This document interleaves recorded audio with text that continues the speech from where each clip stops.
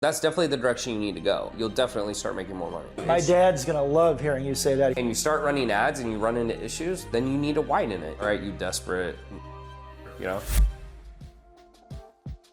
What's up, dude? What's up, man? Where did you come from again? Austin. Austin? Yeah. Okay, so both times it was kind of like in the middle. Yeah. It wasn't like too bad, right? 2 hours each way, not bad. Yeah.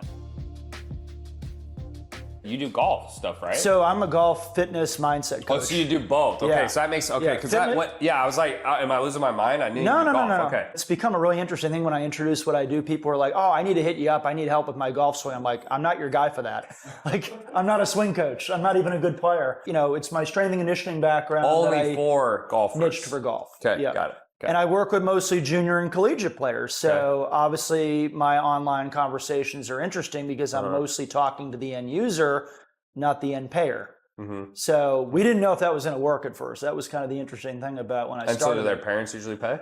Yeah, pretty much 99.9%. Yeah, of the time. which is good for you because a lot of times that can be difficult depending on who you're targeting. Do you target the parents or the athlete? So mostly the athlete online because I feel like the athlete has to be actually interested in doing it. If the parent just brings it and says, "Oh, I think this would be great for my kid," then he doesn't. do it. I've had unfortunately a few people like that and it doesn't go well. Yeah. The problem right now is we have 4 years of incredible stagnation. It has not grown beyond that, and that is 100% on me. I mean, it's been like a 200K business. Okay. For So the like last 15-ish a month, give or take. About that, Yeah, about 15. and 18. it's like lead generation, especially lately, has been brutal. In what way when you say that? It feels like a lot of the conversations are shooting the Yeah. and that's probably framing and stuff like that. Sure. But like when you talk to kids online, you're trying to get to know them as players because golf profiles are very easy to spot on Instagram. It's super easy. Yeah. But it's always just like, I got a few tournaments coming up. Like I feel like we just stay in this like dance land where it never progresses into anything outside of, I need to work on my swing. Everything's swing. Everything's technique, even though it's not. It's mostly mindset for kids. Sometimes it's fitness. Right. But it's very, very hard to transition that conversation. And I tried looking at what I did earlier on in 2020 when things were going like, I didn't even have a name brand. It wasn't known, but it was moving along. And we talked a little bit more fitness framing back then, but like it wasn't conclusive. So I think right now I'm trying to figure out why this isn't working. Do you know how to golf? I mean, I'm not awful, but I'm not. You're not like super expert or something. No. Okay, so something I just want to point out that, I mean, it already seems very obvious, is everyone keeps asking for help with their swing. Now, I'm not saying you have to go down that path, but I do find it interesting that there's a saying, give them what they want, so you give them what they need. If everyone continues to ask for like help with their swing, I don't know if that's something you'd be willing to look into or help with, but that might be like the easiest way. And then once they commit, you're like, so I'll help you with your swing, your fitness, etc. And then once they come in, it's easier because you're selling them on the thing they want. How do you get your clients right now? Like, how do you get your clients? Is it all organic? Instagram DM. Yeah, it's been all organic. Okay, so that's interesting to note because, for example, the obvious way for you to scale is to run ads. Right. Because you need more leads. You get more leads, you get more sales, you make more money. That's part of why you've probably stagnated. I'm surprised you've been doing only that long. Yeah. The good news is it's working, which is incredible. That's a long time, bro. So the reason that's something to note is when you run ads, what's going to happen? Even if you target golfers, there's only so many golfers. I don't know. Have you looked at the targeting for golfers on Facebook ads? I didn't really even start to look at this stuff until you brought it up last week with the boosted posts, things like that. Right. So so that's definitely the direction you need to go. If you start doing that, you'll definitely start making more money because you're going to get more leads. But keep in mind, niching down is great, especially when not a lot of people are going for it, because I guarantee you no one else is reaching out to them about fitness. Probably you're the only guy. Right. So that helps you stand out. The downside is when you run ads is when you pick, let's say golfing, maybe there's only X amount of people in that category. So let's say it's like 2 million people. Well, if 1,000 impressions cost $20, after a while, you're going to run out of people. Or Facebook is showing the ad to a lot of people you don't want to target. So you waste a lot of money. So you lose profitability. But that's something to note because when you start running ads, that could be a problem you run into. Now, you really don't know until you start, but you're going to need to start running ads. Now, in terms of the framework for the golfing, I guess where's your hiccup? Is it a cold DM? My niche, like they're never that cold because you can easily spot golfers if they follow you back. They usually know somebody I work with. Like it's a relatively small community. Oh, no. So it's never that cold. That's the funny Oh, wow. thing. Walk me through a typical discussion, and then I can spot discrepancies and see where issues might Sure. be. I just want to kind of see what that framework looks like, and then I can spot maybe irregularities and what we need to fix. Yeah. Hey, Okay. Matthew, how's it going, man? Not much right now. And a lot of the times, because these individuals aren't super cold, I'll be like, so you got any tournaments on the horizon? Okay. Not for a while. I play on my high school basketball team, so probably won't until April or May or whatever. So I say, cool. I said, so are you looking to play golf at the next level, you think? Okay. Trying to get an idea as to whether or not he's like a really serious player. Yeah. Yes, that's been a dream of mine since I started to take golf pretty serious. Great to hear. What aspects of the game need to improve, in your opinion, to get there? My goal this offseason is to get a little stronger, so we did go into, kind of fitness, and make my misses not as bad as they have been. Where do you find that strength is lacking since you're looking for more strength? Okay. And he said, do you mean golf strength or actual strength? I said, I mean, they're both strength. He said, I'm a little confused. And I said, so when I train you guys in the gym, I said, undoubtedly, we're looking to build strength that's going to translate over to the golf course, right? Okay. Yep. And he said, I'd like to be able to hit the ball further when I play longer courses. Like instead of using a hybrid, I can use a 6-iron. And I'm fine with them talking about stuff like that. And then they kind of just like, and this is my issue. Then we get, and I'm sure it's my fault too, we get into like this talking about speed sticks, which are, things that you use to improve and then he says like, if you have any advice to get stronger to me, what would you say? And I basically just, he kind of asked for a little bit of help there. So I said, well, every player I work with, we build mobility, strength, and then speed in that order. And then the speed sticks will help you even more. I said, that's why the players I coach have an average of 15 yards of distance gain in their first 90 days, and usually a whole bunch more from there. And then the combo, like he saw it, but didn't respond from there. Okay. So we'll go through it. So do you go to a 15-minute call or a 60? I do a 2-call close. Okay, yeah. 15, so the first thing is like your what's up part is like okay, but he responded, but I would just also make sure relate. Just like, hey dude, what's up? Saw, you're a golfer or whatever, like just make it a little bit more relatable. Mm-hmm. He obviously responded, but that could be a potential issue on different messages. Then he's like, yeah, not much right now. And you're like, cool, any tournaments coming up? Not for a while. That's fine. Cool. Are you looking to play at the next level? And that's important because this, to me, is almost like if the person's overweight, where you're like, cool, like, so like, what's, are you trying to get in the gym and stuff? And then they're like, yeah, but I mean, not for a while. And you're like, okay, like anytime soon. And she's like, yeah. So that part's fine. From here, you're like, great to hear. Like, what do you think needs to be improved? I like that question. So it's like, what's your struggle? So, I mean, so far you've kind of been like, what's your goal? What's your struggle? That's kind of like, that follows the same premise. Mm-hmm. But what do you need to improve? And he says strength and misses. And then you said, where do you find strength is lacking? So what I would have said there, instead of saying, where do you find strength is lacking? I don't think that really matters because obviously he thinks he needs to get stronger. So what I would have said, what are you doing to try to improve your strength? Mm-hmm. And then he would have said, oh, I'm this and that. From there, I would have said, have you ever had, like, yeah, that totally makes sense. Have you ever had a coach? Because if you actually look, dude, you're kind of following it, but you're not. I mean, here, if you ask me, this is basically saying goal. What's your goal? Then here, you're going, what's your struggle? This question here, you're asking, what have you tried before? Right. So the next question is, have you ever had a coach? Or like, so when he says a strength thing, I'm like, yeah, like, and have you ever had like a coach to help you with your strength stuff? And he's like, no, not really. Then what I do from there is I go, well, look, I don't know if you care or not, but I've done this a long time. I'm down to give you some suggestions. He even asked you for a suggestion. Yeah. Mm-hmm. What I didn't like in what you did, and that's really the only part, because it's pretty good. You can tell you're making money. The part I didn't like is when he asked you for a suggestion, you kind of made it too salesy, in my opinion, because you're like, well, yeah, like all the players I work with, X, Y, and Z. That's why I asked you if you did a 1 or 2 call close, because if you're doing a 1 call close, that sounds like a 1 call close because you're making it very obvious. You're possibly looking to sell something.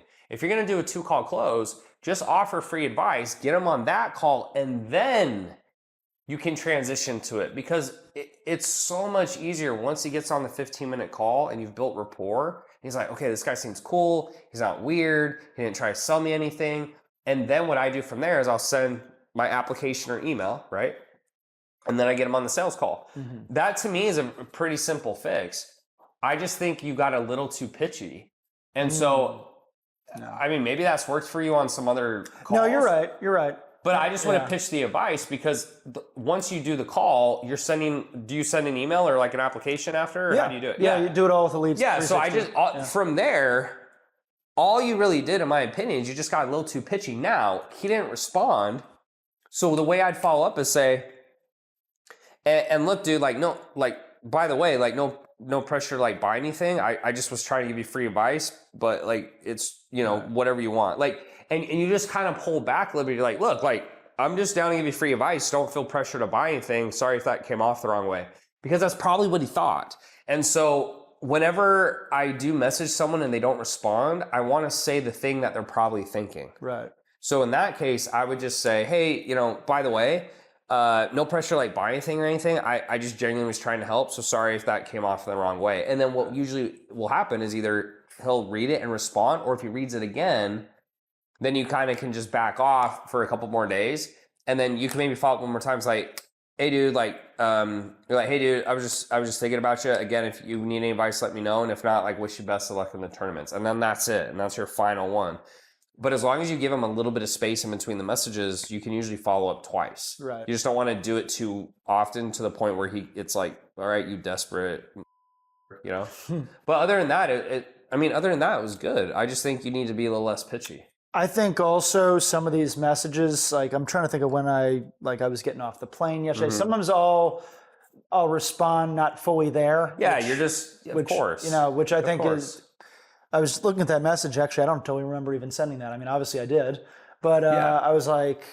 You just get tired and then you'd probably just get a little bit more direct because you're trying to cut it, you're trying to like be efficient. Right. But yeah, just if you're going to do 2 call closes, there's no benefit in that because you're not pushing for the sale right away. And you could lose it.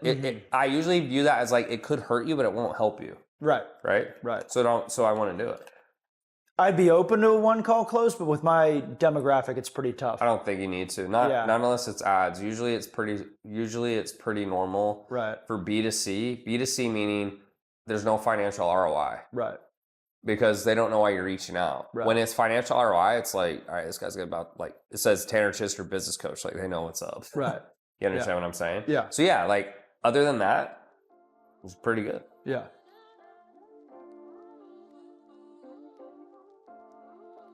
Here's you doing DMs. Yeah. So if let's say you do 100 a day and you go to 200 a day, you'll make more sales, which means you'll make more money. That's super straight. Okay, ads. Well, why will ads work? Because if you're getting 0 leads right now, and then you start getting 200 leads a month, that will also work, right? And then the last thing, I guess we get hit on, is efficiency, right? So when I look at your messaging, like it's pretty efficient overall. So what's the difference between you doing 15,000 a month and one of our clients doing 0? When I look at their messages, it's horrible. Terrible skill, terrible efficiency. So when people look at like Elite CO, so let's say here's a $10,000 business and then here's a $1 million a month business. The only difference is these activities here, you're just increasing the volume here. You're just doing way more. That's all it is. It's not that complex. The complexity comes because you can't do this all yourself in hiring the team. Right. Right. So for example, sometimes I'll get messages from clients. This coach said this, and I'm like, okay. Crap. So I have to go to the coach. I'm like, hey, like what's going on with this client? Because the hard thing for me as the leader is I'm trying to get my team to replicate me as much as possible. Because the more they replicate me, the better the business will do. Because I should be the best. Like I'm Tanner. Like it's literally the brand's around me. The reason you've stayed stuck is you haven't done any of these things. Because look, all you focused on is this. But it's like you're pretty efficient, right? So the only other 2 things you can do are doesn't these, feel that way sometimes. and you haven't done it. No, like I mean, some of that was not the best, but I'm not looking at that and going, "Oh my gosh, you're the worst in the world." You're good. Like so, let's say you're a 7 or 8. Could you get to a 10 and that'd make a little different? Sure. So let's say you go from 15,000 a month to 20,000. Right. But it's like now you're at another bottleneck. You got to do one of these 2 things, right? Well, I'm already doing the top one. The top. Right. Yeah, So you'd increase the DMs is what I mean. Right. Right. or you run ads. And the reason you do ads at some point is because this is the max you could probably do per day. That's it. Like you can't send more than probably 10 hours. I mean, unless you want zero life, which all of us don't, right? It doesn't actually take me that long to send. Like I was sitting on the couch the other night and I was literally doing it, like tallying it in my notebook, like how many I was sending. And I think in about 90 minutes, I sent pretty close to like 75. Okay. Yeah. So, I mean, I don't know how you're doing that and not getting blocked, but you get the point. Like the way you would make more sales. They weren't all new. Okay. Yeah. Well, that's what I mean is new. Yeah. So this is strictly new. So maybe that's what I should put here. I'm talking new DMs. Yeah. I'm not, so, Okay. So like, yeah, if you did that plus respond, that's the max. It's hard to actually find. I mean, the idea of finding 100 new players in my avatar per day, that's near impossible. Yeah. So, but that's how you would do it. Right. So again, that goes back to, this is the only way you scale. So whenever someone's like, I want to make more revenue, well, you need more sales. How do you make more sales? You get more leads. How do you get more leads? Right. People way overcomplicate. Now, sure. If you're getting more leads and it's not working, guess where you look? Efficiency. Is the team doing it right? How are we doing on upsells? How are we doing on upgrades? Right? When I left the country last year and we were having issues, there were issues everywhere. Coaches were doing the wrong things, sales guys doing the wrong things, and it just turned into a huge show. So when I came back, the first thing I focused on was efficiency. It's like, dude, let's get a little bit more efficient. It's not gonna be perfect efficiency because, right. It's my business and I'm not doing everything. But where you're at, this is all you need to focus on, period. Now, this brings in the question here. And what you just said is you go, oh man, like, I don't even know if I can find a new 100 people. Okay, well, think about it. That lowers your efficiency rate because you're taking longer to find a new client. So what did I bring up to you earlier? Something you need to think about is, do you go outside of golfers? Okay, you don't have to if you don't want to. My dad's gonna love hearing you say that. He's been like, "What about tennis? What about?" Yeah, I mean, dude, because the thing you'll run into is like, I don't want to tell you until you run this, but here's what happens with ads. Here's what Facebook does. Right. So here's Facebook. All right, and what Facebook does is you'll pick interests. All right. Now, each interest is different sizes. So let's say this interest is that big, this interest is this big, this interest is that big, that one's that big. You get the picture, right? Yep. So everything is different. Right. So let's say golf is this big, okay? And here's your ad spend. So what Facebook will do is as you spend more, Facebook will target this, but then it'll start going off like this, and it'll start going off like that, and it'll start hitting these things that you don't want, which means you're gonna have to spend more to acquire a customer.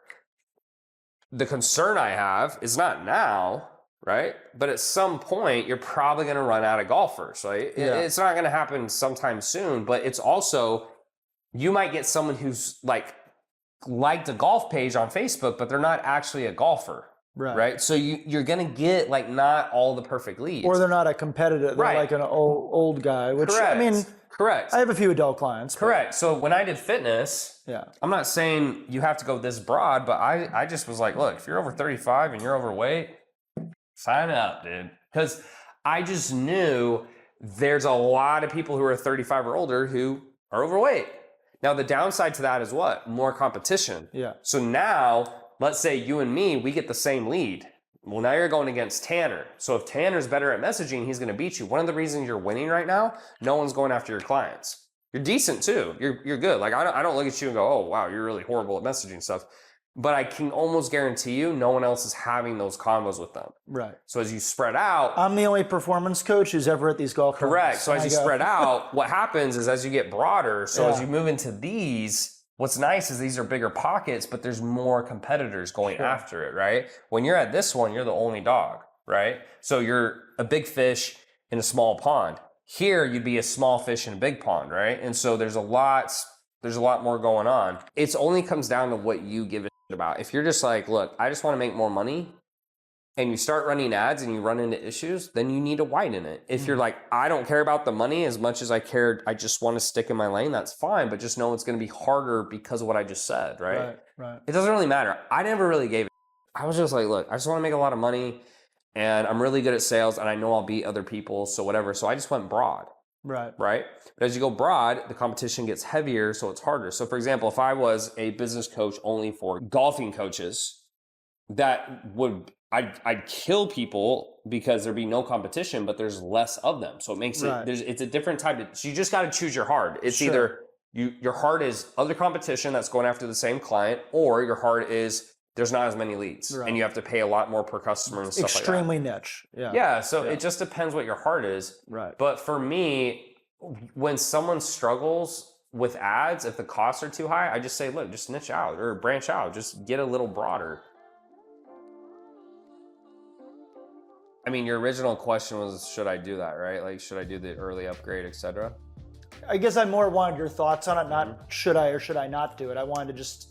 I mean, it just comes at the end of the day, it all comes down to LTV. Did you make more money doing that versus the other way? And the only way you're going to know is if you split test it, right? At the end of the day. The pros of upgrading someone sooner is, you know, you don't risk them not upgrading later. The downside is if they would have upgraded later. So at least the way we do it is if we upgrade someone sooner, it's like cheaper overall, right? So if I upgrade them later and we don't discount it, then I'd make more money. So there's, you know, you can view it either way, but the only way you're going to know for sure is if you split test it. How do you also know right now? I mean, I've been at 2,500 for 3 months for a bit now. When's the right time to? Is there a right time? Is it? If too many people say yes, like if you're selling it at 2,500 and you're never having to do price drops, meaning you're lowering the price, it's probably too low. Yeah. So when you sell it, do most people pay in full? Do they do a payment plan? Usually pay in full. I've had a few people. So over payments, I charge $3,000 for that. I forgot to mention that. I do, yeah. And like over how many months? They have to pay it within the time period? I usually just do it over 3 months.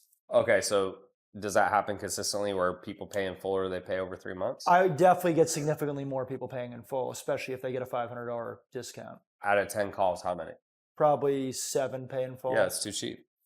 Okay. Yeah, I mean, if everyone's paying in full, it's too cheap. I mean, for elite COs, we get 25 or 30% paid in full, if that. Like, gotcha. I mean, it's too, yeah, I mean, if you're getting that many paid in fulls, it's too cheap. When it's too expensive is when you start getting more people to say no than say yes. Right. Right. So for example, when I was selling my fitness programs at 2,500, dude, I would get so many people, like I get hardly any resistance. When I got to 3,200, I got a little more resistance. And then when I went above 3,200, I got a lot of resistance. And so for me, I was like, okay, 3,200 is kind of the sweet spot where I get a good amount. I'm maximizing cash flow, but I'm also not getting tons and tons of no's. Right. So, and remember when I did this, if I said, hey, it's $4,000 and they said no, then I just go through the price objection, right? Which is close, object, they object, you agree, you isolate. Okay, you ask for cash on hand.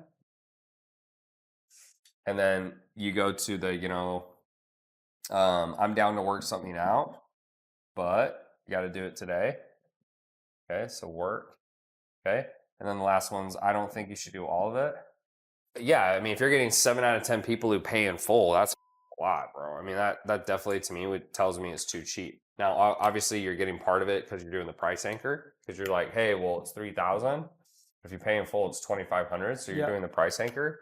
So that helps. But you should be getting more people who need payment plans. I would say, like, if you're not getting people who need more payment plans, then it's kind of cheap. And then again, if you're like, oh my gosh, but what if I raise it too high? You should just do this. And that's the whole point.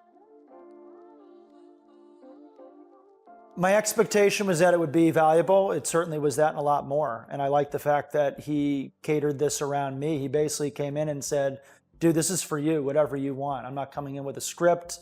I'm not coming in saying we got to do this, this, this, this. Like, what do you need help with and how can I serve? And that's really what it was. And it absolutely delivered the value I was expecting. And I would say it exceeded it undoubtedly.